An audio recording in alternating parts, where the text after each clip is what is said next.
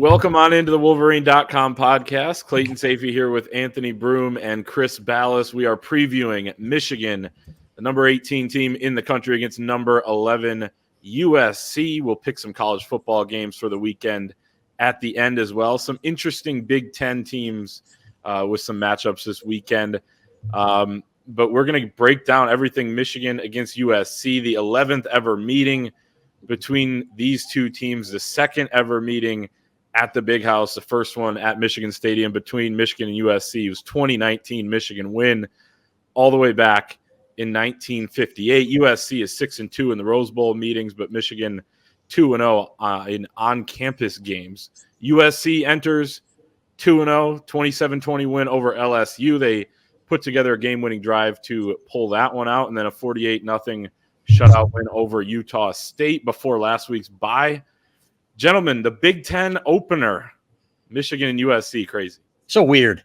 Yeah, I'd forgotten when I was looking at the schedule like earlier in the week. I'm like, oh, wow, I can't wait for this one. And then you're like, hey, this is a Big Ten opener. So it's stupid, but it is what it is. I prefer the regional conferences and get off my lawn and all that. But hey, it's here. It's going to be fun. We get to go back out there next year and go to Cali, good Lord willing. So bring them on. This is going to be a good football game. And Michigan can win this game, guys. If they bring it, they got to come a little bit stronger than they did, obviously, against Texas. But this is a game that they can definitely win. Yeah, I think it's weird, but I'm looking forward to it. I know kind of the toothpaste is out of the tube with what college football is, what it's become. The Big Ten's a national conference now. Hop over a couple time zones to pick up some of these teams, but this is a pretty big, like, I don't want to say contender or pretender game, but nice win for USC over LSU to a certain extent. We don't know what they are yet.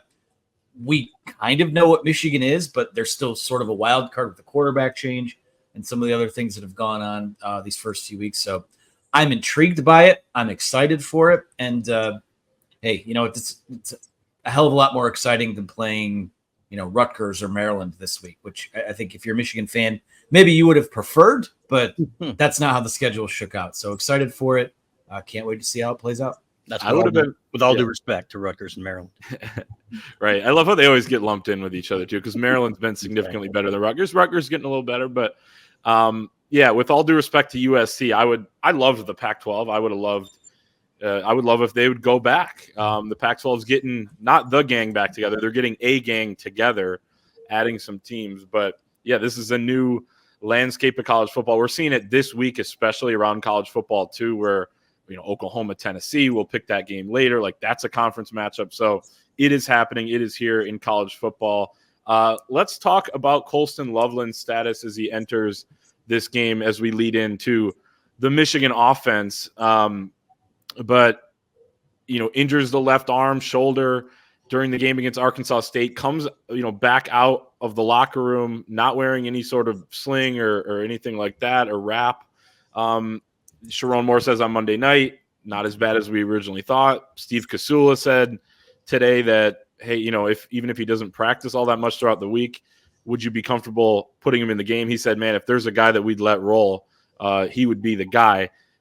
Who knows what's going to happen? I feel like he has a chance to play, and I mean, he might be Michigan's best player. I think he's been Michigan's best player and would be a huge factor one way or the other if he can or can't go. It kind of depends, right? I think it's a pain tolerance thing, guys. If you can't make it worse, then what's the pain tolerance? And for quarterbacks, we've heard that about quarterbacks too, right? Which is a lot harder, especially if it's in the throwing shoulder or something like that. At the same time, this kid's got a future to consider too, right? And I don't begrudge him that. And I hate to say it. It's unfortunate because, but he's got his natty. And what do you think his people are telling him, right? The people around him that are, I remember a player's mother telling him before the first game of the year, back in like 2017 or 2018, he'd gotten hurt in practice. And on the bus, she said, what's your number one objective? And he said, not to get hurt. And he played like it the entire year. So at the same time, they need this guy. He's not only their best tight end, he's their best receiver, flat out. So they need him out there to win this game, in my opinion. I think he's got a high pain tolerance. It wouldn't surprise me either way. Sure hope he's out there on Saturday. They're going to need him to win this game. Yeah, I mean, I certainly hope that no one's in Colston Loveland's ear about maybe shutting it down, because this is a money-making game. You're not playing Arkansas State. You're not playing Fresno State. This is the game that there's going to be a ton of NFL scouts there. The ones that aren't there are going to have this DVR. Be watching to see, if Colston Loveland's on the field, what he can do. So better not have anyone in his ear saying that. And the idea that might be going, I'm not saying that's going on or has gone on, but they need him out there. And, the tight ends as a whole kind of have to be a safety valve for the quarterback position, regardless of whoever's out there. And it just so happens Loveland is your best offensive weapon. So to me, I don't know.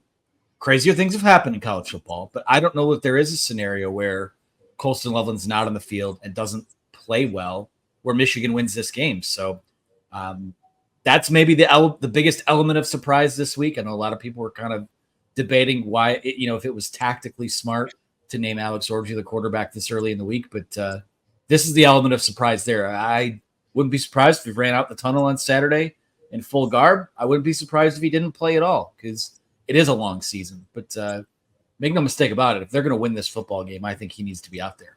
Yeah, and playing devil's advocate, I think a lot of people already know what he can do. And scouts are going to be like, yeah, we'd love to see him against top-notch competition. They've seen that from him already too. So, but I hope, like you, Anthony, that that's not the case. So this guy, I love watching him play. Selfishly, I want to see him out there. I want to see him out there every week. Yeah, I would think if he can go, this dude's going to go.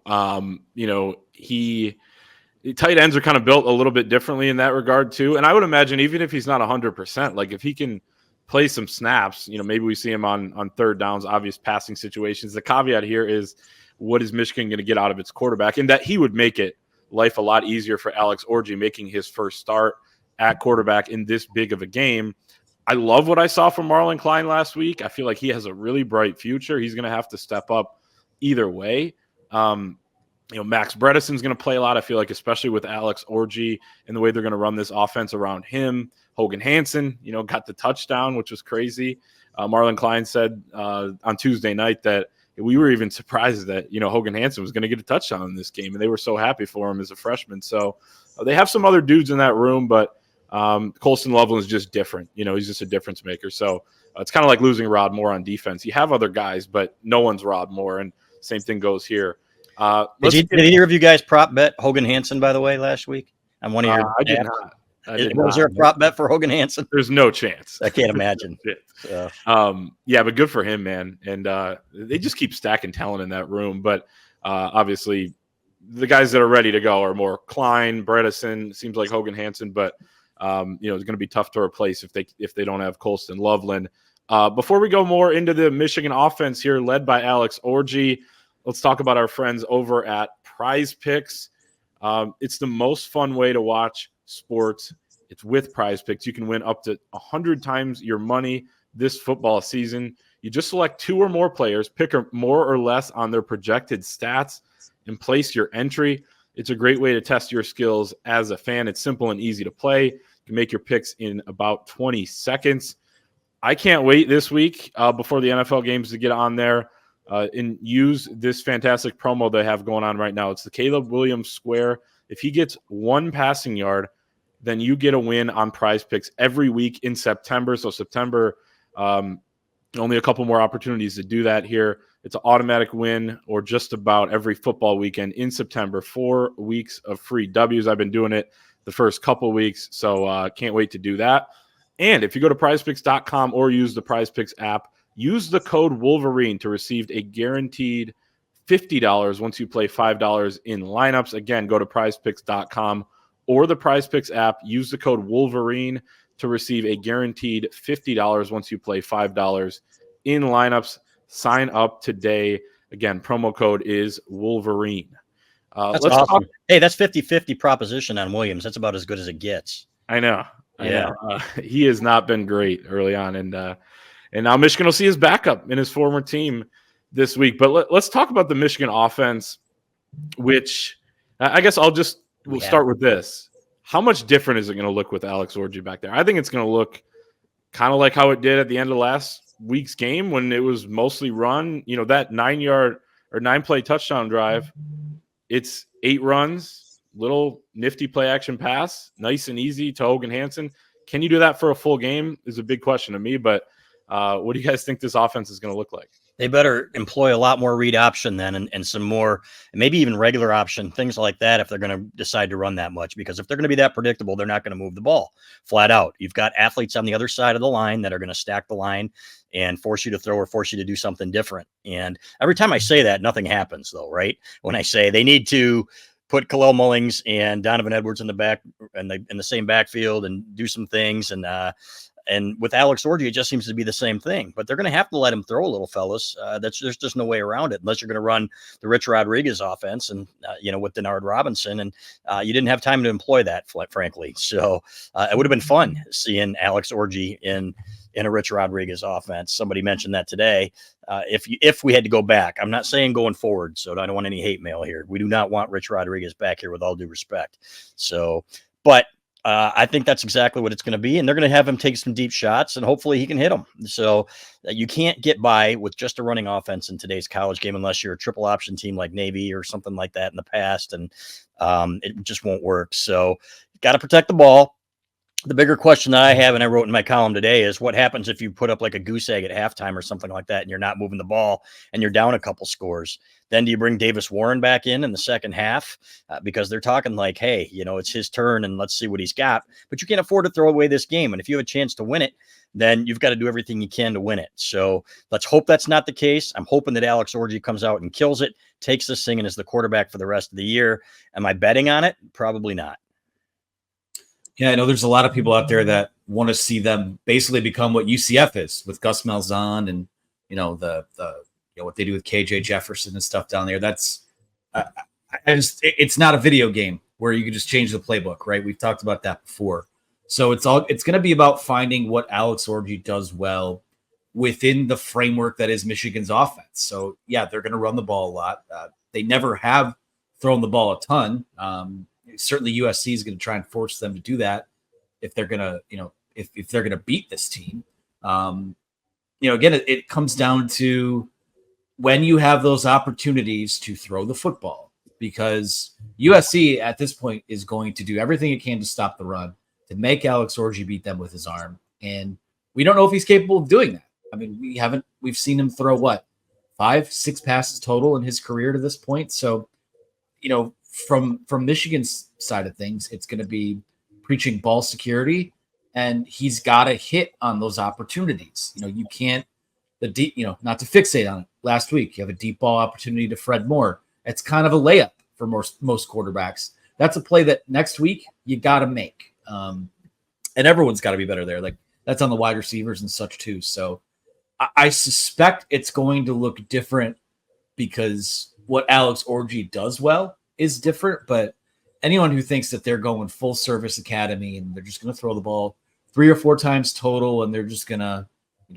triple option and wishbone and all that, I don't see that. I think that those guys are mostly working with the same playbook with some tweaks based on, what they do well. So I don't know that it's going to look a whole heck of a lot different. But then again, I don't know what it's going to look like at all, because we've never seen Alex Orji for more than 5, 6, 7 plays at a time.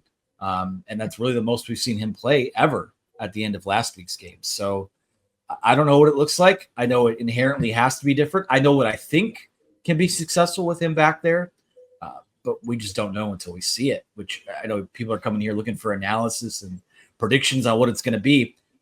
I think to a certain extent, Michigan has no idea what it's going to be, which is kind of frightening, if I'm being honest with you. I want to say I love this kid, by the way. The way that he handled himself after the spring game, and just first class. And the way he handled himself when he lost the job compared to a couple previous quarterbacks who left here in a huff and weren't really supportive of their teammates.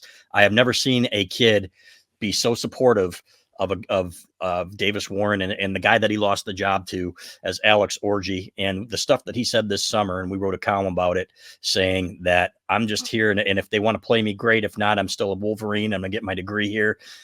There is nothing not to love about this kid. I hope he goes out there and absolutely kills it and just takes this thing and doesn't let it go. Now that he's got his opportunity.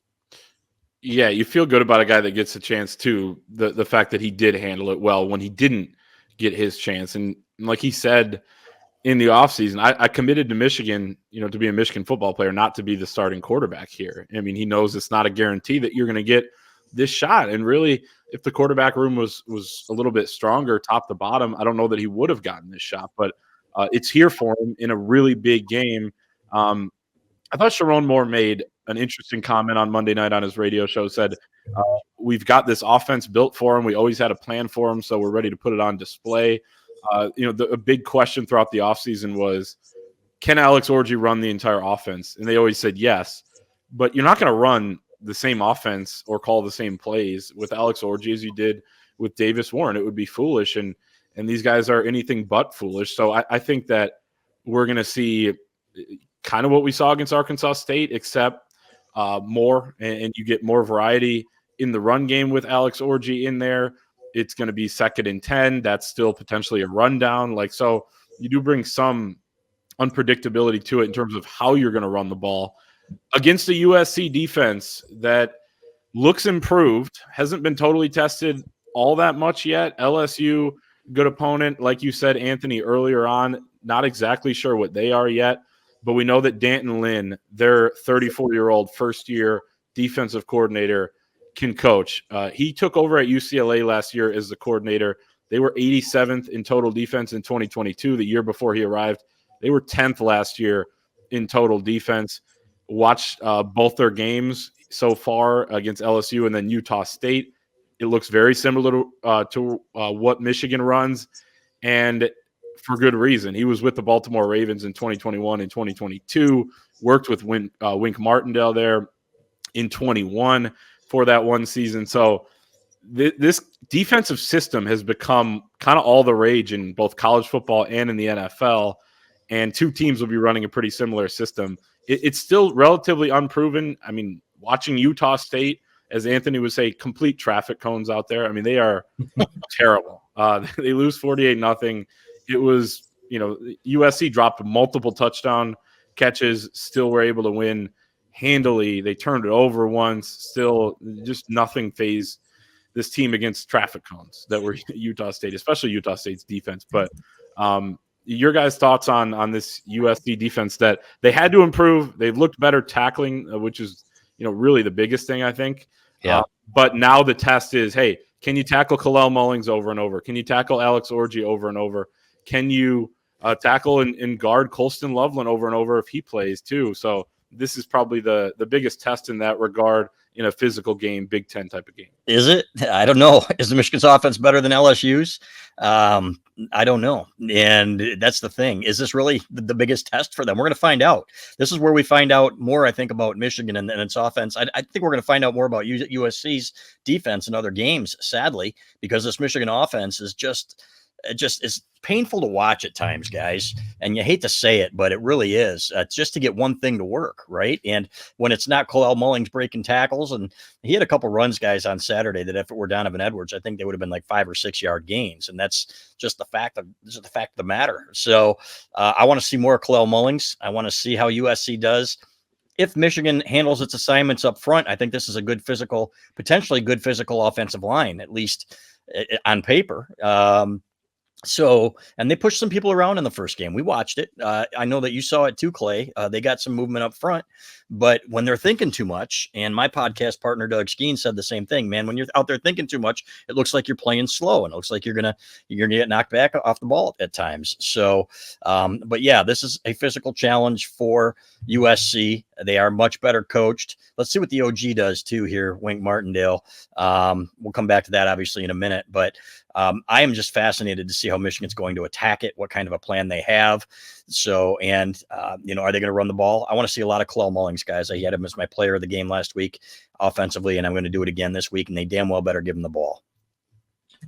It's going to be interesting. Something I was planning on doing that will happen after we record this pod is I want to go back and watch some of these Utah USC games from the last few years, because you look for programs out west that kind of mirror what Michigan football is, and at least from a physicality, from a mentality standpoint, I think Utah has kind of been the closest thing to that out west, and they've found ways to bully this USC team. Now again, USC isn't tackling like a MAC level school anymore. I think they physically, just based on what I've seen, look much more the part. So, if Michigan can play fast, and we've heard, Skeen is correct. We've heard players themselves say that. I've heard Miles Hinton say it, heard Giovanni El Hadi say it. These guys are thinking too much. And I think when there is some of that instability up front where you're still kind of maybe trying to figure out what your best five is, you overcompensate. And when you press, you make mistakes. And I think a lot of what Michigan's issues have been that guys pressing, guys trying to overcompensate, especially up front. So if they can find a way to just get out there, play football, play the brand of football they've been known for the last few years, Alex Orji or Davis Warren or anyone back there at quarterback, if this offensive line brings the goods, Michigan's going to be able to run the ball and find ways to dictate how this game goes. So, from there, that's kind of, we look for known commodities or something that Michigan can hang its hat on heading into this game. I would like to see Greg Crippen get a start at center. I think his highs to me have been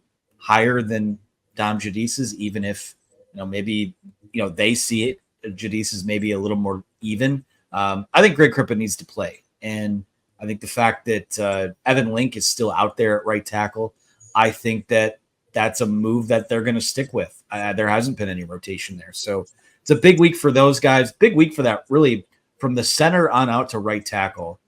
I think any scenario where Michigan wins this game, those guys have to play really well. And we're seeing bits and pieces of it.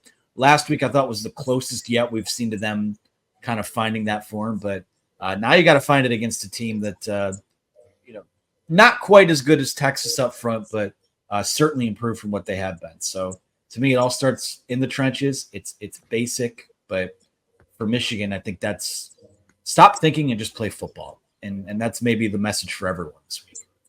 Yeah, and go back to the Notre Dame game last year, too, against USC. They absolutely bullied them. It was comical to watch, honestly. Caleb Williams, how many picks did he throw? 3, 4, 5? And he was running for his life. So USC has some big games coming up where they're going to have to prove that they can play with the physicality of the Big Ten. And you mentioned it, too. Utah's been a team that has been a kind of a thorn in their side, and now not in the same conference. But that will be really interesting to watch. Let's talk about Michigan's defense. Wink Martindale going up against Lincoln Riley. But before we do, we have a new ad. It says here that Chris Ballas has bought an ad on this podcast. Him and Doug Skeen, he mentioned the podcast there, have moved to YouTube Premium along with EJ Holland's recruiting show. You get all of his intel. So go to our YouTube channel here. Just click on it. Click the join button. $4.99 a month for that. If you're a subscriber to thewolverine.com or On3, you can get the show over at thewolverine.com. So you don't need to do the YouTube Premium, but if you want to watch or listen on YouTube, go ahead and do it. Chris, thanks for the ad. Appreciate it. Hey, they must be taking it out of my check. I wondered what that $500 was for because I had no idea. So, but hey, you're welcome, and hope you guys can feed your families now a little bit better. Yeah, I'm gonna have a couple beers now. You're welcome. Absolutely. Michigan defense going against Miller Moss, a USC offense under Lincoln Riley, where anywhere he's been, anywhere he's called the offense, anywhere he's been the head coach, they've had great offenses, right? We just talked about their defense. He has not figured that out yet. Maybe he has now with Danton Lynn, but we'll see. To this point, coming into the year, he hadn't. But one thing's for damn sure, he's figured out how to run a really good offense. He's coached, I think, 3 different Heisman Trophy winners at the quarterback position. Miller Moss is an interesting guy who came in to USC years ago, waited his turn, sat behind a Heisman Trophy winner in Caleb Williams, got his shot in the Holiday Bowl, throws for 6 touchdowns last year. That gave him the edge to become their starter this year. It kind of made Lincoln Riley feel good with their quarterback room, decided not to go to the transfer portal, wins the job. He's had a couple solid outings here, completing nearly 73% of his passes, 607 yards, 2 touchdowns in a pair of games. Not an elite receiving core by any means, but Zachariah Branch at the slot position is one of the best, or one of the fastest and most electric players in the country. He's one of my favorite guys to watch. Watch for him in the return game as well. He's got a couple touchdowns on his resume there, just a sophomore.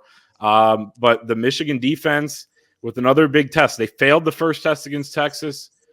This is an offense that's going to do some similar things, RPOs. They want to run the football. And, they're probably going to throw to Woody Marks, their running back, who's had a reception in 47 straight games. That was an issue for Michigan against Texas. Chance to redeem themselves. We always call him like we see him here, right, guys? So I would feel better about this, with all due respect to Wink Martindale, if Jesse Minter were still back there, or Mike McDonald.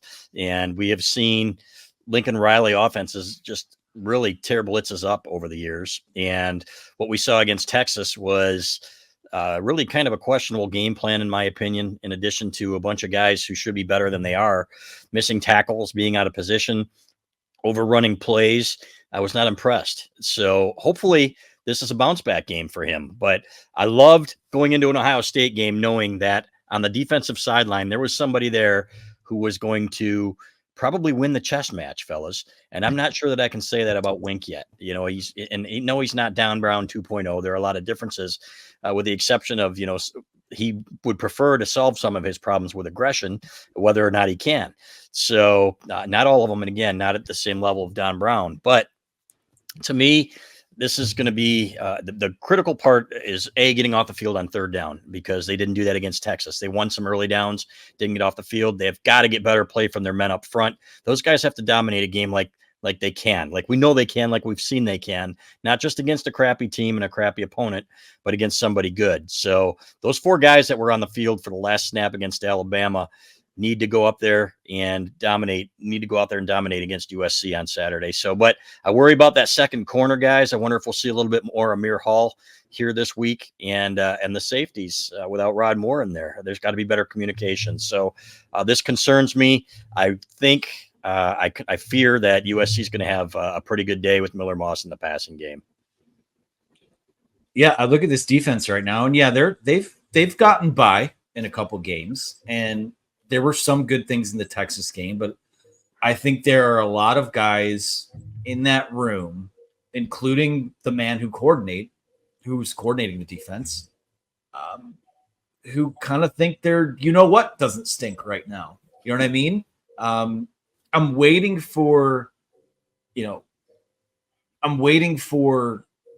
defensive line to be more disruptive, to be more dominant. I think it was 4 tackles for loss, no sacks against Texas. I think last week, 3 or 4 tackles for loss, 1 sack. I forget what the numbers were exactly, but we're not seeing these guys impose their will, be dominant, and, kind of set the tone. I mean, there's a chain reaction when your guys up front get it done. I would really hope that a couple weeks ago was an eye opener. Now, last week, a team that you outmatched and outgunned until the backups came in late, I thought you handled your business. I thought they did a really nice job. Again, want to see a little more block disruption up front, destruction, I should say. Want to see those guys get to the quarterback. But if they're aggressive, we know that Lincoln Riley is going to use that against them. And right now, my biggest concern with them is keeping their composure and their mental stability about that. There have been some uncharacteristic penalties. There's been, when teams, a couple weeks ago, when Texas got them, you got, guys with their hands on their hips. You got guys jawing at each other on the sideline. I want to see a cohesive, communicative unit that's able to go out there and do its best to win Michigan a football game. Turn over Miller Moss and return it for a touchdown. Force a fumble somewhere. Play complementary football. And I think that's something, we focus a lot on what each phase needs to do, but something that made these teams so good the last few years is how they all worked in unison together. And we haven't seen that a ton this year to this point. So it's got to be a good day at the office for those guys. If it's not, I mean, I do worry about how they bounce back from there, and not to overstate it. There's a lot of football still to play, but I need to see someone, really multiple guys on that front, impose their will, win their one-on-ones, dominate a football game. Because if they do, I think Michigan's going to have a chance to win. So it's as simple as that to me. Mm-hmm.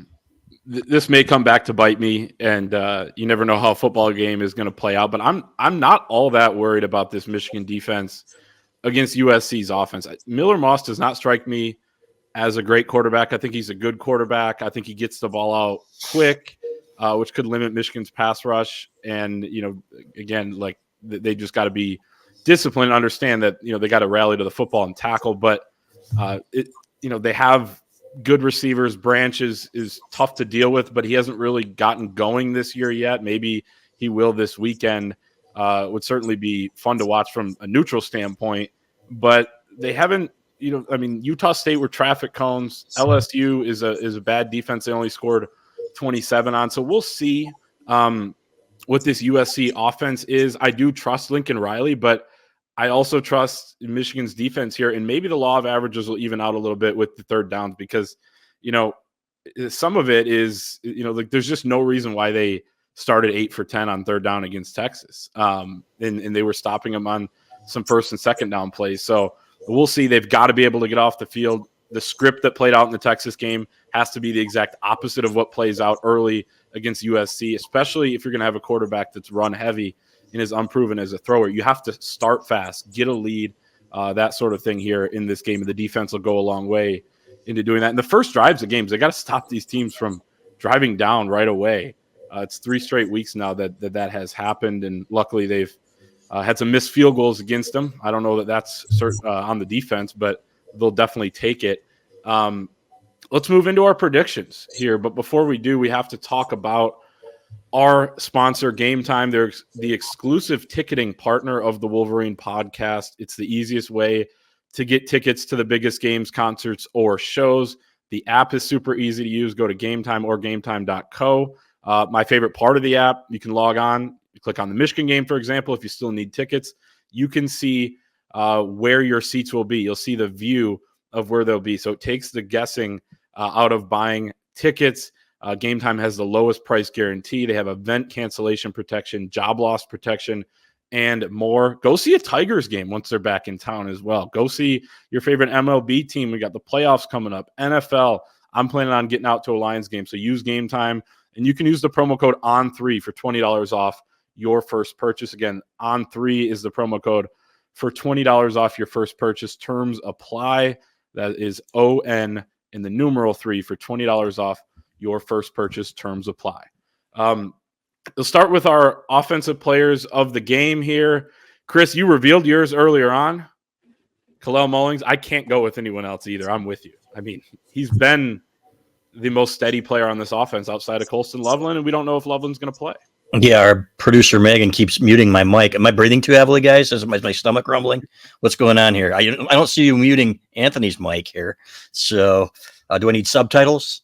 What's going on here? But I would like your speakers might be a little loud there. Probably. So I would. I'm going to go with Mullings. I love Kalel Mullings. I want to see him carry the ball. I think he's going to average 6 yards a carry on Saturday, and I think he's going to have a couple big runs. So, and they're going to need him to. But he's my guy. He's my choice. You've got the Trojans in the big house. You've got Alex Orji in the big house. I mean, middle schoolers across the country are going to have a field day with this one. I'm going with Alex Orji. Why not? Right? I think if Michigan has a prayer in this game, it's because Alex Orji is the shot in the arm that this group needs. So call it the kiss of death, call it hubris, call it what you will. I am going with Alex Orji. Well, me and you also picked Davis Warren last week, so good job, fellas. Yeah, he threw the ball pretty well at times. I don't want to. Really did. Yeah, there were a couple. I went back and looked at the film. I forgot about the seam route to, I think it was Klein, right? Yeah. And a couple balls out. I mean, he's got a great arm. Here's hoping that he continues to improve as well. Totally agree. Defensive player of the game, I'm going to go with Will Johnson. I think he is going to help limit USC's, at least downfield passing game a little bit. They'll keep it shorter. They'll keep it on the other side of the field. Worry about that other side of the field. Jair Hill's got to be better, but I'm going to go with William Johnson. Oh, tough one. I'm going to go with Mason Graham. I think he's due for a huge game here. Yes. And to me, you interviewed him last night. He seems good to go and ready to go, and I want to see that edge from him. He's been a little bit too laid back for my taste. I want to see some of that fire that we saw against Alabama and see what he can do. I'm going with Mason Graham to have a huge game on Saturday. Going to try and take the run away from USC, make them one-dimensional, which certainly they're good enough to do. I'm going to go off the board a little bit here. I'm going to go with Ike Iwuna. I think he's played some really good football the first few weeks of the year. Ooh. Got a chance to talk with him this week. Talk about a guy that kind of pushes the pocket and does some of the dirty work. And, these defensive tackles are playing a lot of snaps right now. They need someone to kind of step up and take something off their plates. And I think he's a guy that's on the up and up. So there's a dark horse guy for you. I like Ike. I like Ike a lot. Happy for him. My X factor, Zeke Berry. He's got to take Zachariah Branch out of the game. He's played quietly pretty well there at the nickel spot. What are we doing here? Unsung dark horses? X factor. X factor. You know what? Jimmy Rolder, I think, is going to be a guy who plays a lot more. And, he was steady on Saturday. I liked what I saw from him. Gave them some pretty good linebacker play. I think you're going to see more snaps for him this week. And he's one of those guys that has to have a good game to help keep this USC offense in check. Maybe not an X factor if Tyler Morris is still banged up, but how about Frederick Moore? I think he took a big step forward last week. Michigan's looking for that number 3 guy at wide receiver. I think he's going to have a few big plays. I like it. Our final score prediction. So if you are watching or listening this, head to the Wolverine.com. We have our staff predictions article. You can also get your picks from John Borton, Doug Skeen as well is all included over at the Wolverine.com. But we'll make ours here as well. I got Michigan winning 20-17 at the Big House to kick off the Big Ten season. I think defense is going to hold USC in check. I think Michigan's going to do enough offensively, maybe need some help from field position, special teams to get this thing done. I like USC 27-20. Maybe 27-20. I just don't think Michigan has enough offense, and I think USC is going to have too many opportunities to get some points on the board. I think Michigan's going to hang in there as well, but I have USC 27, Michigan 23. Like I said, I think that the switch at quarterback is going to light a bit of a fire under the offense defensively. I think that they will come to play. I question, if I just hope there's not one bad play that loses them the game or one kind of busted coverage or one bad call from the sideline that is kind of a momentum swinger. But, I want to see them lock in and play a complete football game. It just feels like if this turns into a bit of a firefight and you can't hold the USC to 20 points, 23 points, I just don't know if you could score enough to win a game like that. So I will go with USC. Okay. And we want to hear from the listeners and viewers as well. Leave your final score prediction in the comments on YouTube. Let's move to No Man Knows the Future. We'll pick some college football games week 3 around the country, starting with a ranked matchup. Illinois at Nebraska Friday night. Nebraska's a 7.5-point favorite. Over under is 42.5. I'm excited that this is a Friday night game. Too many points though. I'm going to take Illinois to cover this game at least.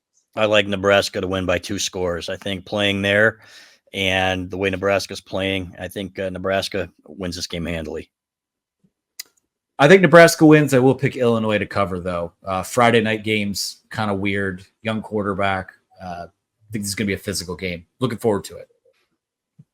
Oklahoma comes into the SEC for their first game. Tennessee at Oklahoma.